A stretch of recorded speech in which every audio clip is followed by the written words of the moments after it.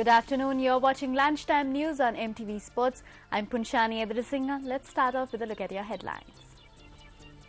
India states that there are no LTT camps in India. A student dies after being attacked by a crocodile in the Nilwala River.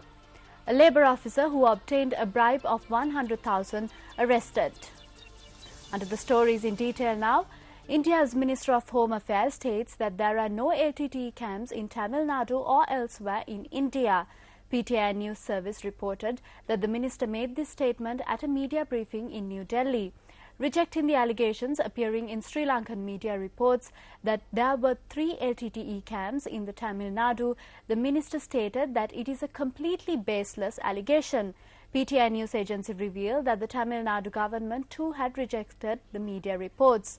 P. Chidambaram stated that discussions were held between the Indian and Sri Lankan governments on the issues faced regarding the fishermen of both countries.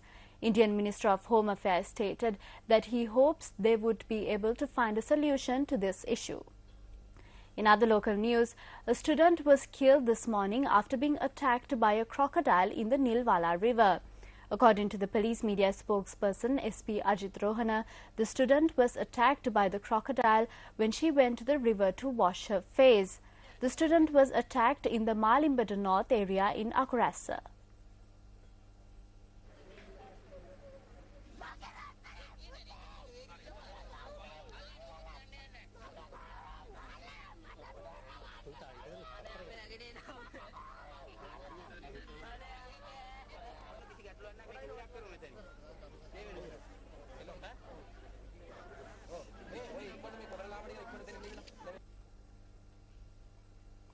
An official of the Labour Department was taken into custody while he was collecting a bribe of 100,000 rupees in the Vattala Kedavalapetiya area. The commission to look into allegations of bribery and corruption states that the accused individual has demanded the bribe so as not to take legal action against an institution that was not paying overtime payments. The commission states that the accused will be produced before the Colombo magistrate today. In other local news, the Magisterial Inquiry into the killing of 4 people, including former parliamentarian Bharatha Lakshman Premachandra, was taken up before Colombo Additional Magistrate Prasanna Alvis this morning.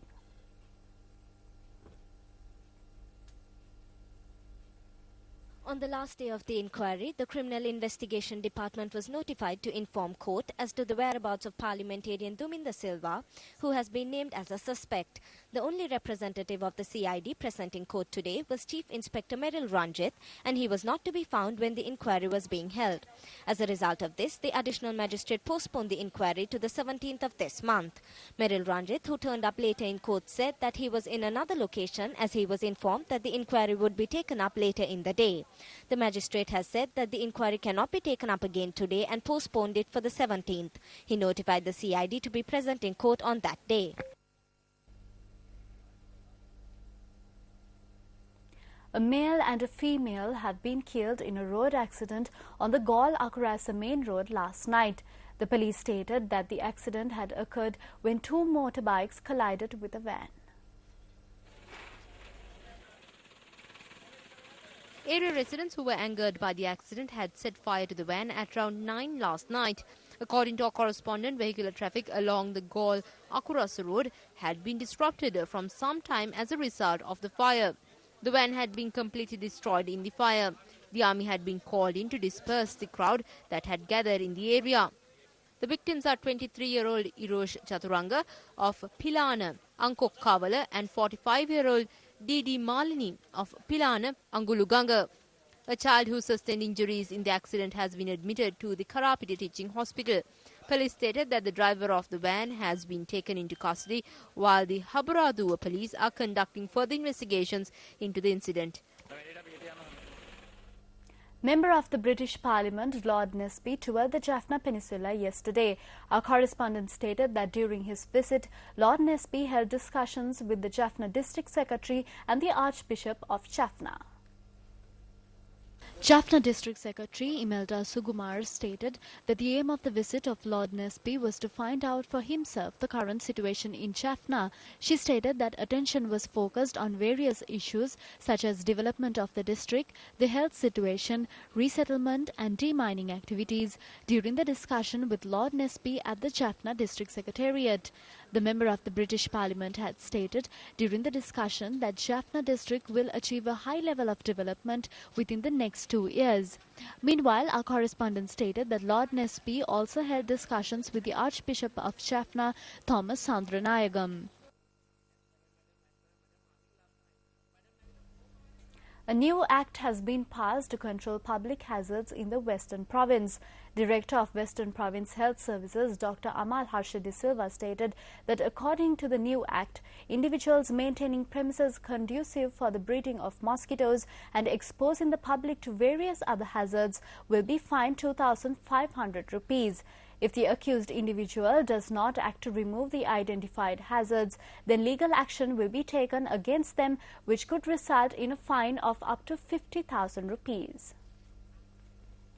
9 buffaloes have died after being hit by a bus in the Borapula area in Aranthavala.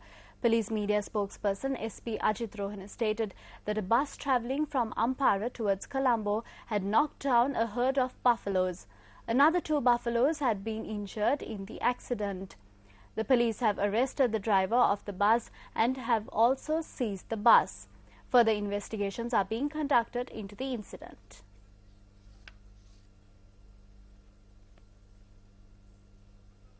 The Ministry of Cooperatives and Internal Trade says that the government has purchased 55,000 metric tons of paddy so far.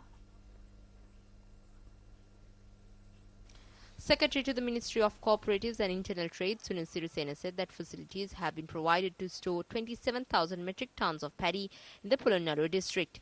He stated that the government is purchasing Nadu at a price of 28 rupees per kilogram, while a kilo of samba is purchased at 30 rupees. The Secretary to the Ministry further stated that necessary measures are in place to purchase paddy in Ampara, Anuradhapura and Polonnaru districts.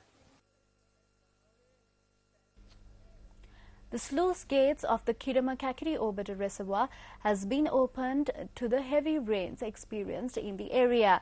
The reservoir, which was constructed in 2012, supplies water to the Kirama project.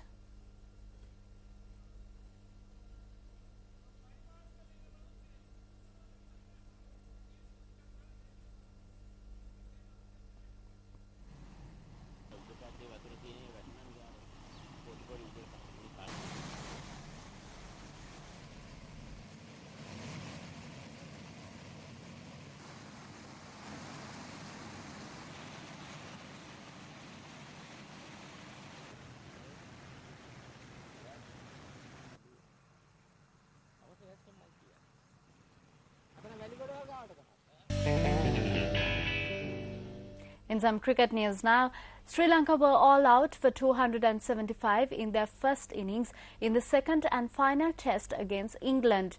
Today is the second day of the match, which is being played at the Pisara Oval in Colombo. At lunch, England were on 11 runs. Sri Lanka resumed their first innings from the overnight score of 238 for the loss of 6 wickets this morning.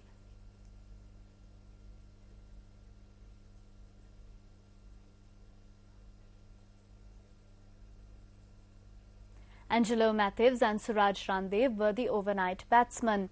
Matthews, who did not play in the first test due to injury, scored his 8th half-century in 142 balls and included 4 sixes.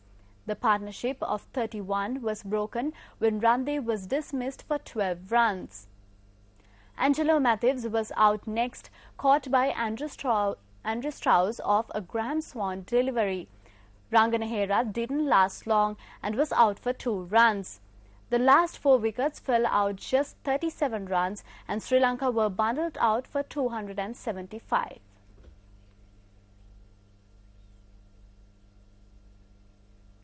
A cricket encounter between Bandaravela Kudakusum Girls School and the Bandaravela Tamil College ended in a draw. This was their first cricket encounter. The match was played at the Bandaravilla Municipal Grounds. The match was organised to promote goodwill among the Sinhala and Tamil communities and saw the participation of the Sri Lanka women's cricket captain Dilani Manodara. The Kudakusum Girls School, which won the toss, opted to bat first. They scored 212 runs for the loss of 8 wickets. Puminil Rukshika scored 74 while S. Krishanthini bagged 4 wickets for 54 runs. In reply, Bandaraville Tamil College was on 11 for the loss of 1 wicket in 2 overs when rain forced the match to be abandoned.